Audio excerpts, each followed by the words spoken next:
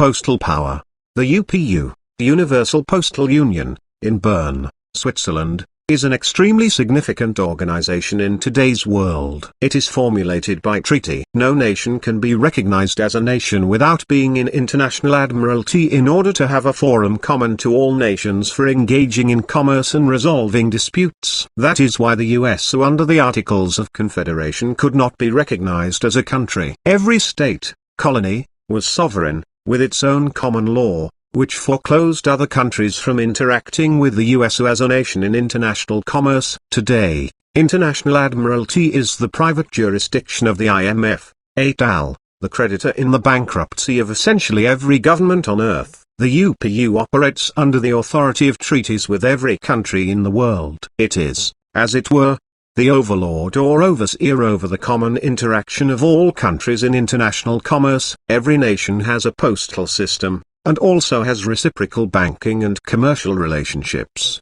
whereby all are within and under the UPU. The UPU is the #1 military, international admiralty is also military, contract mover on the planet. For this reason one should send all important legal and commercial documents through the post office rather than private carriers, which are firewalls. We want direct access to the authority, and corresponding availability of remedy and recourse, of the UPU. For instance, if you post through the US Post Office and the US Postmaster does not provide you with the remedy you request within 21 days, you can take the matter to the UPU. Involving the authority of the UPU is automatically invoked by the use of postage stamps. Utilization of stamps includes putting stamps on any documents. For clout purposes, not mailing, we wish to introduce into the system. As long as you use a stamp, of any kind, you are in the game. If you have time, resources, and the luxury of dealing with something well before expiration of a given time frame,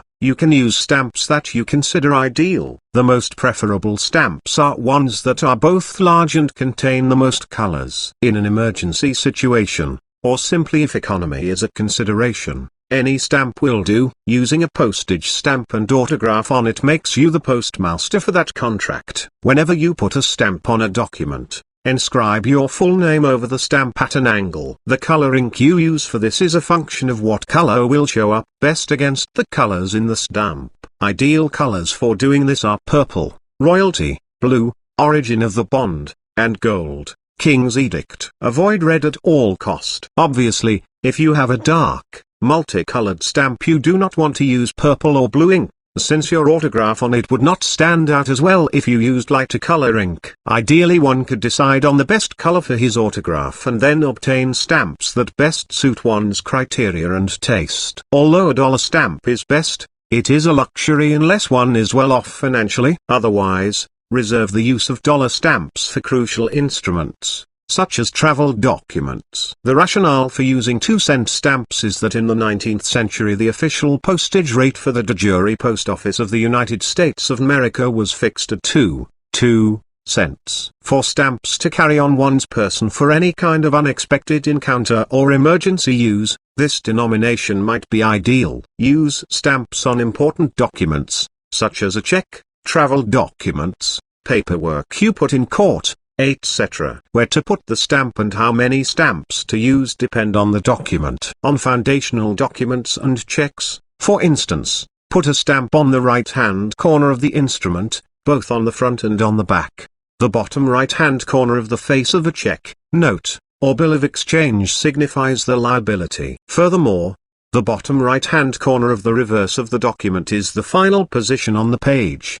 so no one can endorse anything, using a restricted endorsement or otherwise, after that. You want to have the last word. If you have only one stamp, put it where you are expected to sign and autograph over it crosswise. In the case of a traffic ticket, for instance, put a stamp on the lower right-hand corner where you are supposed to sign and autograph across the stamp at an angle. Autographing a stamp not only establishes you as the postmaster of the contract but constitutes a cross-claim. Using the stamp process on documents presents your adversaries with a problem because their jurisdiction is subordinate to that of the UPU, which you have now invoked for your benefit. The result in practice of doing this is that whenever those who know what you are doing are recipients of your documents with autographed stamps, they back off. If they do not, take the matter to the U.S. Postmaster to deal with. If he will not provide you with your remedy, take the matter to the UPA for them to clean up. The countries whose stamps would be most effective to use are China,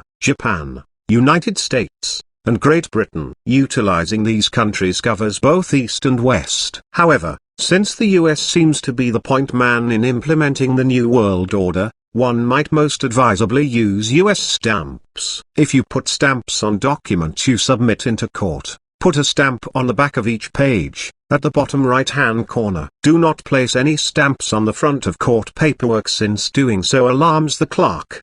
By placing your autographed stamp on the reverse right-hand corner you prevent being damaged by one of the tricks of judges these days. A judge might have your paperwork on his bench, but turned over so only the backside, which is ordinarily blank on every page, is visible. Then if you ask about your paperwork he might say something like, "Yes, I have your paperwork in front of me but I don't find anything." He can't see anything on the blank side of a page. If you place an autographed stamp on the lower right-hand corner you foreclose a judge from engaging in this trick. In addition, when it comes to court documents, one side is criminal and the other is civil. Using the autographed stamp that you rubber stamp with your seal, bullet stamp, on the back side of your court documents is evidence that you possess the cancelled obligation on the civil side. Since there can be no assessment for criminal charges, and you show that you are the holder of the civil assessment, there is no way out for the court. Also, in any court document you put in, handwrite your I number, SS-WO-, in gold on the top right corner of every page, with the autographed stamp on the back side. Use of a notary combined with the postage stamp, and sometime embassy stamps, gives you a priority mechanism. Everything is commerce, and all commerce is contract. The master of the contract is the post office, and the UPA is the supreme overlord of the commerce, banking, and postal systems of the world. Use of these stamps in this manner gets the attention of those in the system to whom you provide your paperwork. It makes you the master of the post office. Use of the stamp is especially important when dealing with the major players, such as the FBI, CIA, Secret Service, Treasury, etc. They understand the significance of what you are doing. Many times they hand documents back to someone using this approach and say, "Have a good day, sir." They don't want any untoward repercussions coming back on them. If anyone asks you why you are doing what you are doing, suggest that they consult their legal counsel for the significance. It is not your job to explain the law, nor explain such things as your exemption or set-off account. The system hangs us by our own words. We have to give them the evidence, information, contacts, and legal determinations they require to convict us. The wise words of Calvin Coolidge, the most taciturn president in U.S. history, are apt. When asked why he spoke so little, he replied, "I have never been hurt by anything I didn't say." The bottom line is that whenever you need to sign any legal, commercial document, put a stamp, even a 1 stamp, over where you sign and sign at an angle across it. Let the recipient deal with the significance and consequences of your actions. If you are in a court case, or at any stage of a proceeding, such as an indictment, summons, complaint, or any other hostile encounter with the system, immediately do the following. 1. Make a color copy of whatever documents you receive, or scan them in color into your computer. 2. Stamp the original of the first page of every document with the ARFV stamp, put a postage stamp in the signature space, and autograph across it at an angle with your full name, using purple or blue ink, handwritten with upper and lower case, with your gold ink bullet stamp, seal, on the upper left-hand portion of the postage stamp. Make a color copy of the stamped, autographed pages and/or scan into your computer. 3. Put a stamp on the lower right-hand corner of the back of every page and bullet stamp and autograph it. 4. Have a notary send each document back to the sender, with a notarial certificate of service, with or without an accompanying, supporting affidavit by you. 5. If you have an affidavit, Put an autographed stamp on the upper right-hand corner of the first page and the lower right-hand corner of the back of every page. People who have engaged in this process report that when any knowledgeable judge, attorney, or official sees this, matters change dramatically. All of these personages know what mail fraud is. Since autographing the stamp makes you the postmaster of the contract, anyone who interferes is tampering with the mail and engaging in mail fraud. You can then subpoena the postmaster, either of the post office from which the letter was mailed, or the U.S. Postmaster General, or both, and have them explain what the rules are, under deposition or testimony on the witness stand in open court. In addition, most of the time when you get official communication it has a red meter postage mark on the envelope rather than a cancelled stamp. This act is mail fraud. If the envelope has a red meter postage mark on it, they are the ones who have engaged in mail fraud, because there is no cancelled stamp. It is the cancelled stamp that has the power. An uncancelled stamp has nothing. A red meter postage mark is an uncancelled stamp. If it is not cancelled, it is not paid. One researcher has scanned everything into his computer, and has more red meter postage marks than he can shake a stick at. Officials sending things out by cancelled stamp is a rarity, perhaps at most 2%. With the red metered postage you can trace each communication back to the PO from which it was sent, so you can get the postmaster for that PO, as well as the Postmaster General for the U.S., to investigate the mail fraud involved. It is reasonable to conclude that cancelling a stamp both registers the matter and forms a contract between the party that cancels the stamp and the UPO. Using a stamp for postage without cancelling it is prima facie evidence that the postmaster of the local PO is committing mail fraud by taking a customer's money and not providing the paid-for service and providing you with the power of a cancelled stamp, as required under the provisions of the UPO. When you place an autographed stamp on a document you place that document and the contract underlying it under international law and treaty, with which the courts have no jurisdiction to deal. The system cannot deal with the real you, the living principle, as evidenced and witnessed by jurat. Nor can officials, attorneys, judges, et al., go against the UPO, international law, and treaty. In addition, they have no authority, jurisdiction to impair a contract between you, as the living principle, and the UPO, overseer of all world commerce. You cancelled the stamp by sealing it and autographing across it. You did so in capacity of being the living principle, as acknowledged by your seal and the jurat on your documents. If you are in a court case, bring in your red metered envelopes in court and request the judge to direct the prosecutor to explain the red meter postage stamp. Then watch their jaws drop.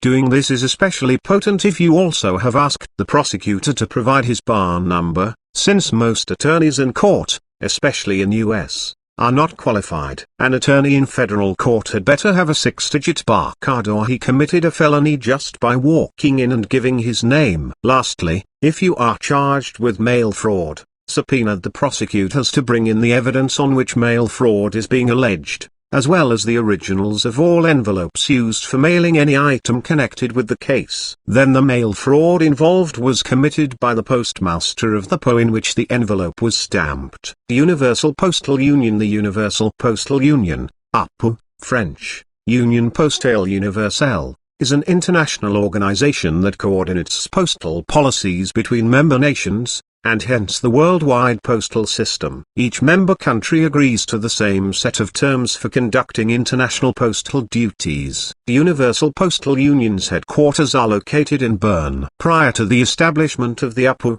a country had to conclude a separate postal treaty with each other country that it wished to carry international mail to or from. The United States called for an International Postal Congress, which was held in 1863. This led Heinrich von Stefan, German Minister for Posts, to found the Universal Postal Union, the second oldest international organization, after the UTO. It was created in 1874, under the name General Postal Union, as a result of the Treaty of Bern signed on the 9th of October 1874. In 1878, the name was changed to Universal Postal Union.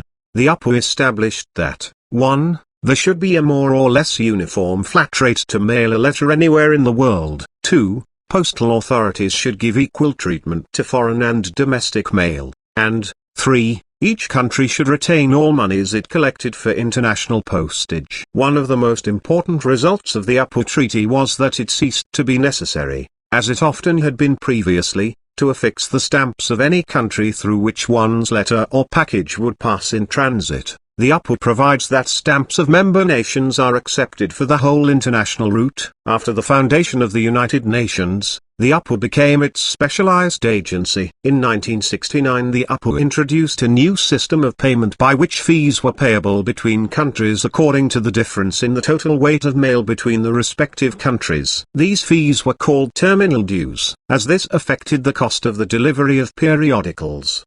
The UPU devised a new threshold system, which was implemented in 1991. The system sets separate letter and periodical rates for countries which receive at least 150 tons of mail annually. For countries with less mail, the original flat rate has been maintained. The United States has negotiated a separate terminal dues formula with 13 European countries that includes a rate per piece plus a rate per kilogram, and has a similar arrangement with Canada. The UPU also operates the system of international reply coupons and addresses concerns with ETOs. Philatelic activities. The Universal Postal Union, in conjunction with the World Association for the Development of Philately, WADP, has developed the WADP numbering system, WNS, launched on the 1st of January 2002. The website, www.stamps.ch/n/, has entries for some 160 countries and emitting postal entities, with over 25,000 registered stamps since 2002. Many of them have images, which generally remain copyrighted by the issuing country, but which the UPU and WADP permit to be downloaded. Member countries. The United Nations member states may all become member countries of the UPU. The 192 United Nations member states are all UPU member countries except Andorra, Marshall Islands, the Federated States of Micronesia and Palau, whose situation with regard to the UPU has not yet been settled. A non-member state of the United Nations may also become a UPU member if 2/3 of the UPU member countries approve its request. Vatican City is a UPU member country and a non-member state observer of the United Nations, as the Holy See. The UPU has 191 member countries since Timor-Leste joined on the 28th of November 2003 and Montenegro on the 26th of July 2006, including the Dutch territories of the Netherlands, Antilles and Aruba as a single UPU member, and the British Overseas Territories, which are not independent states. Various other non-recognized countries such as Somaliland, Sealand and the Turkish Republic of Northern Cyprus need to have their mail routed through third countries as the UPU will not allow direct international deliveries. Sealand's mail goes via the UK, TRNC's mail via Turkey, and Somaliland's mail via Ethiopia. Other entities without direct UPU representation are the Palestinian Authority and the Sahrawi Republic, Western Sahara. The members are listed below by alphabetical order in their short-form English names, with the date of entering the UPU, multiple entry dates for some countries. Territories covered by a sovereign member country are included under that country. United States of America, the 1st of July 1875. Territories of the United States of America coming within the Union's jurisdiction by virtue of Article 23 of the Constitution of Guam o Puerto Rico o American Samoa o United States Virgin Islands. I included the postal stamps cancelled by affixing a postal stamp to each page, and autographing diagonally across the top of each stamp equals cancelling it, and putting the SS hash on top without dashes for the redemption number, and sign our name at the bottom of stamp. 123,124,567. Vertical bar. Vertical bar. Vertical bar / John Doe. If you can get a light-colored stamp, in a 2-cent denomination, it won't cost much. The Post Office and the International Postal Union. The role of the United States Post Office and the Universal Postal Union became a factor in our lawsuits because of several bankruptcies that the United States has been through over the history of the country. When one declares himself a bankrupt, that person is no longer legally competent to conduct his affairs. The court becomes a fiduciary, and appoints a trustee to oversee the affairs of the bankrupt. It does not matter if the bankrupt is a common man, or a nation. except that a nation still has a right to conduct war. Typically the average person anywhere in the world thinks of their postal system as a part of, and subservient to, their government. However, the postal system in the United States has a different legal history than one would expect. The post office and judicial courts were established before the seat of the government. On Thursday,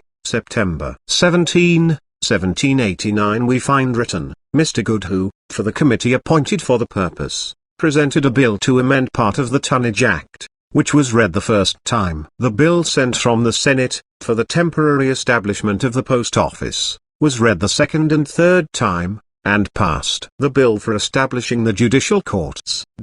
For establishing the seat of government, 258. Other references to the post office support my theory of the founding forefathers' views. Post office. A place where letters are received to be sent to the persons to whom they are addressed. 2. The post office establishment of the United States is of the greatest importance to the people and to the government. The Constitution of the United States has invested Congress with power to establish post offices and post roads. Art. 1, S. 8, N. 7, 3. By virtue of this constitutional authority, Congress passed several laws anterior to the 3rd day of March 1825, when an act, entitled An Act to Reduce into One the Several Acts Establishing and Regulating the Post Office Department, was passed. 3-story. U.S. 1825. It is thereby enacted, 1. That there be established, the seat of the government of the United States, a general post office, under the direction of a postmaster general. 259. We need to take notice where the commas are placed on that last sentence. That there be established, the seat of the government of the United States, a general post office, under the direction of a postmaster general. When I set off a clause with commas, I make sure that the sentence makes sense without that clause. Taking out the set-off clause, we read, The seat of the government of the United States under the direction of a postmaster general. The creation of the post office occurs before the creation of the seat of the government, and is placed in authority over the seat of government. What is the effect of these legal techniques? The stated position of an object and the sequence of events play an important role in the universal legal technology. The effect is that the government's later bankruptcies in 1859 and 1929 have no legal effect upon the solvent post office. We can make a case that the formation of the post office before the formation of the government's operations is a stroke of dumb luck. Perhaps it is ingenious, since communication has a higher value than government itself. If any government fails, the people still have a need to communicate with one another to form a new government. And to this day, the post office is still solvent and operational, ready to fulfill its duty to help the people in their communications. To set a new government should a complete breakdown of the existing governmental structures occur in the United States. Sounds like a very good backup plan. The formation of the Universal Postal Union in 1874 has another legal effect that is very important to the universal legal technology. The Universal Postal Union unites member countries into a single, worldwide postal territory. 260. We have already learned that any litigant is going into international jurisdiction every time he goes to any court. Since the litigant needs to establish that his papers are official, he uses a dollar postage stamp on the face of the first page. The stamps also invoke postal statutes and the Universal Postal Union jurisdiction. Currently in the U.S., the stamp of choice is the Fox U.S. dollar postage stamp. The stamp is not drawn in a box, making the 45-degree lines unnecessary. The litigant does, however, need to autograph across the stamp, then date the autograph, for 2 reasons: to comply with postal regulations concerning private mail carriers, and to make a continuance of evidence that the process, paperwork, is mail. The continuation of evidence is less of a factor, since the definitions of mail and delivery can include a clerk at a grocery store handing a customer a receipt for groceries. The legal writers were forced to make the definitions wide enough to encompass the private rural carriers, and private advertisers that have placed advertisements on our doorsteps, or in our hands. I have thought about this issue a lot,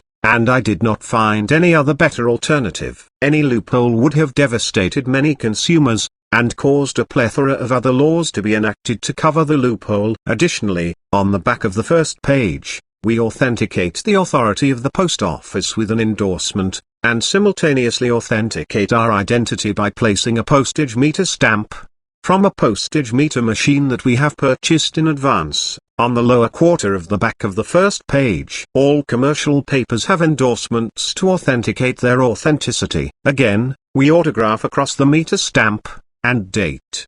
The postage meter stamp is better than a regular stamp, and stamps are said to have rendered seals superfluous. 261. The purchase of a meter machine requires identification in case the meter machine is tampered with or is stolen. The meter number on the meter stamp can be traced back to the owner, litigant, and therefore authenticates the endorser better than any seal. What are we doing by placing our paperwork into the jurisdiction of the Universal Postal Union? To answer that question, we need to look at the structure and finance of that organization. The official aims and purposes of the Universal Postal Union, UPU, are to form a single postal territory for the reciprocal exchange of correspondence, and to secure the organization and improvement of the postal services, and to promote in this sphere the development of international collaboration. 262. The organization of the circulation of the international mail is based on the freedom of transit.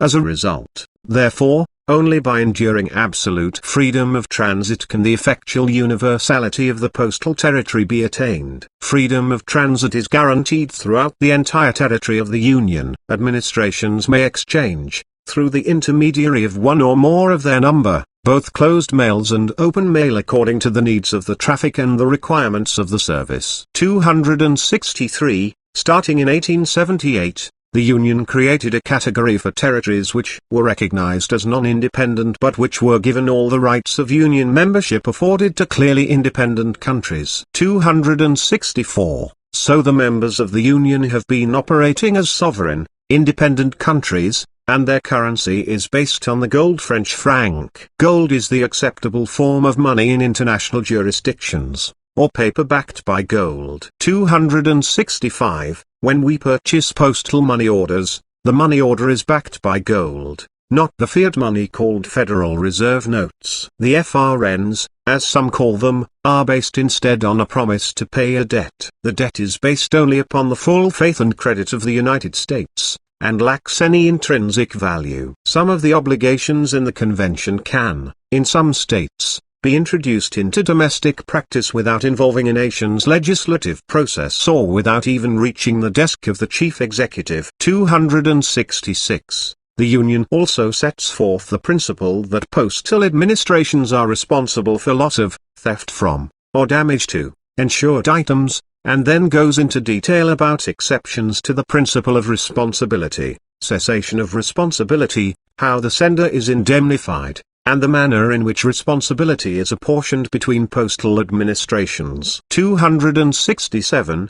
There was only one instance, according to the Belgium delegate, where the Bureau would have any power even approximating the right to intervene in the affairs of administrations, that is in the arbitration of disputes. But in this instance the Bureau could act only when requested to do so by an administration. 268. The functions of the International Bureau for the Universal Postal Union include acting as a clearinghouse for information concerning postal matters. It also functions as a clearinghouse for international postal accounts and as a conciliator and arbitrator in disputes over postal matters between administrations. 269. So what we are doing?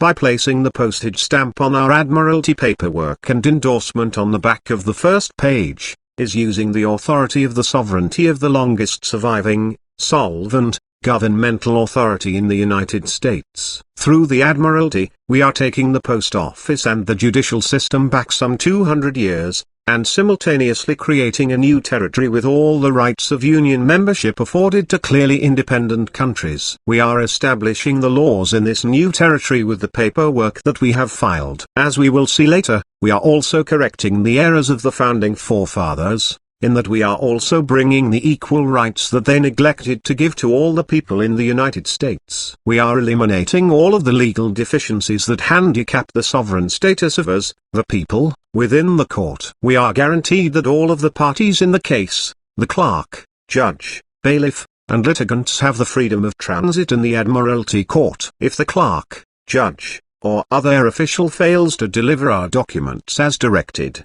or delay them, or obstruct them, that person is faced with several penalties within the postal statutes and Admiralty statutes. The final advantage is that if we are obstructed, because of the transitory nature of the action, we are in the Admiralty and can take the case offshore for adjudication in any court in the world. http://www.law.cornell.edu/usecode/search/display.html Terms equals payable %20 by %20 stamp and URL equals /usecode/html/usecode26/use_seconds_0006201 HTML.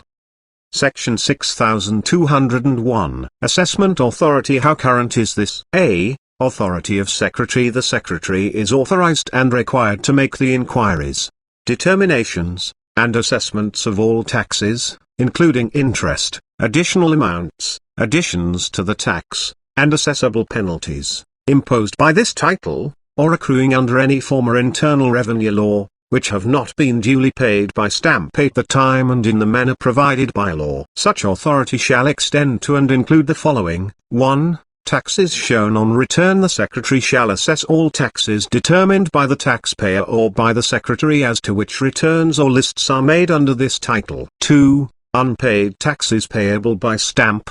A. Omitted stamps. Whenever any article upon which a tax is required to be paid by means of a stamp is sold or removed for sale or use by the manufacturer thereof, or whenever any transaction or act upon which a tax is required to be paid by means of a stamp occurs without the use of the proper stamp, it shall be the duty of the Secretary, upon such information as he can obtain, to estimate the amount of tax which has been omitted to be paid and to make assessment therefor upon the person or persons the Secretary determines to be liable for such tax. B. Check or money order not duly paid. In any case in which a check or money order received under authority of Section 6311 as payment for stamps is not duly paid, the unpaid amount may be immediately assessed as if it were a tax imposed by this title, due at the time of such a receipt, from the person who tendered such check or money order. 3. Erroneous income tax prepayment credits. If on any return or claim for refund of income taxes under subtitle A there is an overstatement of the credit for income tax withheld at the source, or of the amount paid as estimated income tax, the amount so overstated which is allowed against the tax shown on the return or which is allowed as a credit or refund may be assessed by the Secretary in the same manner as in the case of a mathematical or clerical error appearing upon the return, except that the provisions of Section 6213, B2, relating to abatement of mathematical or clerical error assessments, shall not apply with regard to any assessment under this paragraph. B. Amount not to be assessed. 1. Estimated income tax. No unpaid amount of estimated income tax required to be paid under Section 6654 or 6655 shall be assessed. 2. Federal unemployment tax. No unpaid amount of federal unemployment tax for any calendar quarter or other period of a calendar year, computed as provided in Section 6157, shall be assessed. C. Compensation of child. Any income tax under Chapter 1 assessed against a child, to the extent attributable to amounts includable in the gross income of the child, and not of the parent, solely by reason of Section 73, A, shall, if not paid by the child, for all purposes be considered as having also been properly assessed against the parent. D. Required reasonable verification of information returns in any court proceeding. If a taxpayer asserts a reasonable dispute with respect to any item of income reported on an information return filed with the Secretary under Subpart B or C of Part 3 of Subchapter A of Chapter 61 by a third party and the taxpayer has fully cooperated with the Secretary, including providing, within a reasonable period of time, access to an inspection of all witnesses, information, and documents within the control of the taxpayer as reasonably requested by the Secretary, the Secretary shall have the burden of producing reasonable and probative information concerning such deficiency in addition to such information return. Deficiency proceedings for special rules applicable to deficiencies of income, estate, gift, and certain excise taxes. See subchapter B. From Genesis. Jennifer, what was the result of your use of that? As a matter of fact, I have been doing some research on this myself. I came across something that supported and seemed to validate the use of this. You can check it out for yourself at the link I've included below. It is an ebook on banks and negotiable instruments. I've also researched cancellation. It's actually quite interesting. Stamps are considered negotiable instruments also. There was a Stamp Act, which was repealed long ago, but have reason to believe the procedure may still be viable, due to the US's membership with the UPU, the Universal Postal Union. Now don't quote me on that. I'm still trying to flesh this out. But the theory is that you're the Postmaster General, and the placing of the stamp puts the document into international jurisdiction, which should take it out of lesser jurisdictional courts. I heard an interesting phrase with respect to the Postmaster General. It goes, nothing moves without the Postmaster General. So I would think that we put things, docs, in motion by affixing the stamp. Again, just a theory. You may want to look into cancellation. From my understanding, the subscription of your signature across the face of the stamp, which doesn't have to be on the stamp itself, but across the envelope and the stamp, like the wavy lines the PO uses on a person-to-person delivery, cancels the stamp. Also, think cancel check, and the banks. There's a definition I came across in business law regarding discharge by cancellation that is interesting too. The holder of a negotiable instrument can discharge any party to the instrument by cancellation. UCC 3605(1) explains how cancellation can occur. The holder of an instrument may even without consideration discharge any party in a manner apparent on the face of the instrument or the endorsement, as by intentionally cancelling the instrument or the party's signature by destruction or mutilation, or by striking out the part's signature. Clarkson, Miller, Gents, West's Business Law Texts and Cases, 3D edition, 1986, p. 458. But, keep me in the loop as to what facts you find. Link, check out Appendix C. Banks and Negotiable Instruments, http://books.google.com/books. id =_update agent print sec equals front cover and dq equals banking plus and plus negotiable plus instruments #path 373, M1.